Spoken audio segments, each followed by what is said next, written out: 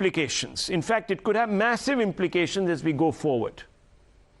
When the Surat Magistrate Court originally convicted Rahul Gandhi for slandering the Modi community, the Congress party said the judgment was full of errors, legally unsustainable, in conclusion, and implied that the verdict was based on other considerations.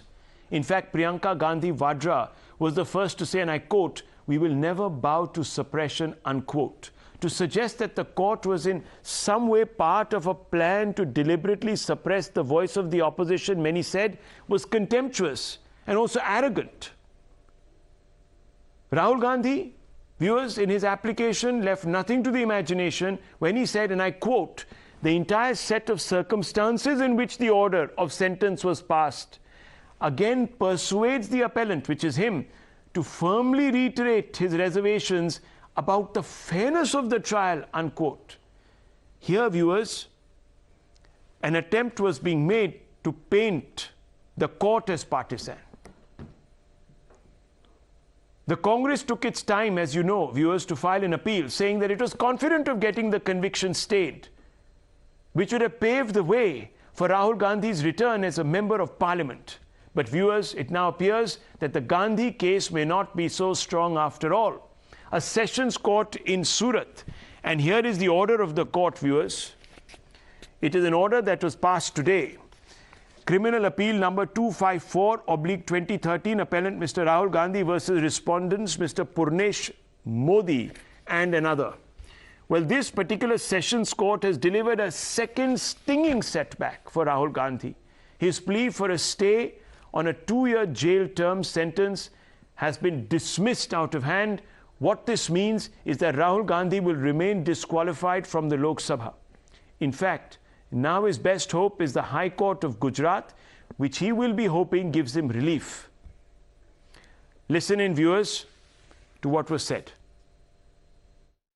A most unfortunate and unsustainable legal decision of the magistrate has been upheld in an even more unsustainable and erroneous judgment of the Sessions Court given today.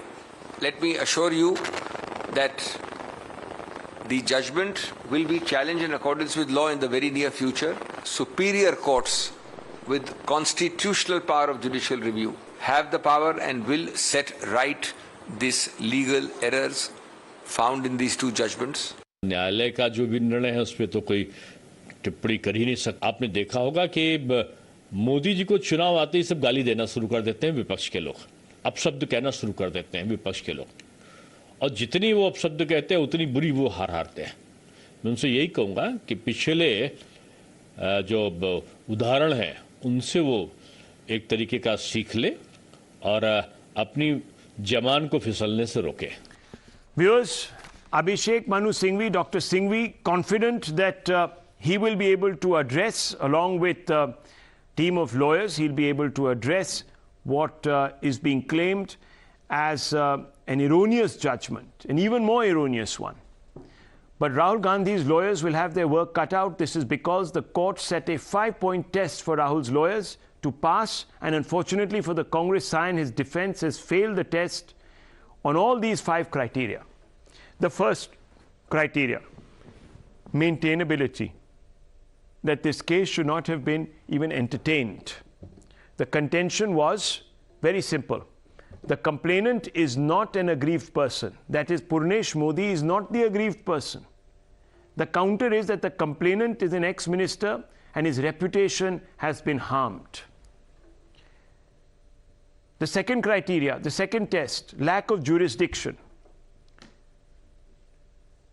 The words were spoken in Kolar in Karnataka. The Congress said, why is a case being filed in Gujarat and why is a Gujarat court hearing this matter? That was the contention. Speech in Kolar, no territorial jurisdiction of the court in Gujarat. The counter was delivered by the court today in this 28-page judgment, viewers. Summons by Surat court never challenged. Why didn't you challenge those summons?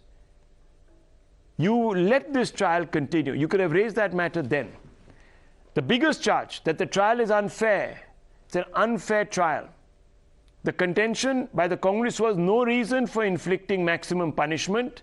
The counter is higher standard of morality is expected from a member of parliament, larger impact of his remarks in the public mind, prima facie judgment. The judgment is well read in the verdict after proper evaluation of evidence. Another criteria, irrevocable damage to the image of Rahul Gandhi, and also irreparable loss.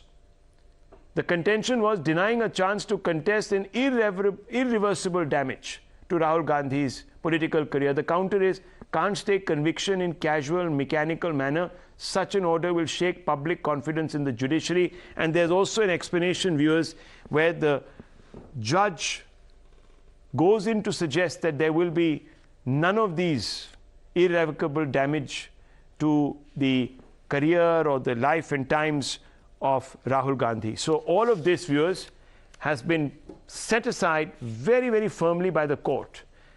Now, that hasn't stopped the Congress from questioning the ruling and once again assigning political motives to it, with some in the party like Asan Maulana even alleging that the court has been influenced by the BJP government at the center. The BJP, however, calls it a case of no lessons learned by the Congress leaders, who are often punished for their shoot and scoot stunts, and that had Rahul Gandhi not been arrogant, he could have apologized and the matter would have completely abated. And perhaps today he would not be sitting on the sidelines of Indian politics and perhaps disqualified from contesting election for at least 6 odd years. Some people say for 2 terms, viewers, as we go forward. Let's just open this up and ask